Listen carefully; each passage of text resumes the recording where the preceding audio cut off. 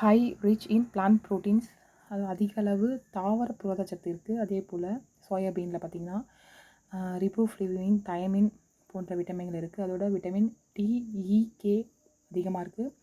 So குழந்தைங்களுக்கு தாவரத்துலேருந்து கிடைக்கக்கூடிய protein சத்து பார்த்திங்கன்னா சோயாபீனில் அதிகமாக இருக்குது. ஸோ இந்த சோயாபீன் வச்சு நம்ம இட்லி மாவு பேட்டர் ரெடி பண்ணுறது பார்க்க போகிறோம். சோயாபீன் 1 கப்பு, அரிசியில் பார்த்திங்கன்னா கருப்பு கவுனி அரிசி 1 cup, normal idli rice 1 cup, உளுந்து 1/4 கப்பு, வெந்தயம் 1 டேபிள் ஸ்பூன் போட்டு நல்லா ஊற வச்சுருக்கேன். இதை ஊற வச்ச பிறகு இதை வந்து அரைச்சி நம்ம நல்லா ஃபெர்மெண்டேஷன் பண்ணணும். ஃபெர்மெண்டேஷன் பண்ணிவிட்டு நாளைக்கு இதை இட்லி மாவாக நம்ம பயன்படுத்திக்கலாம்.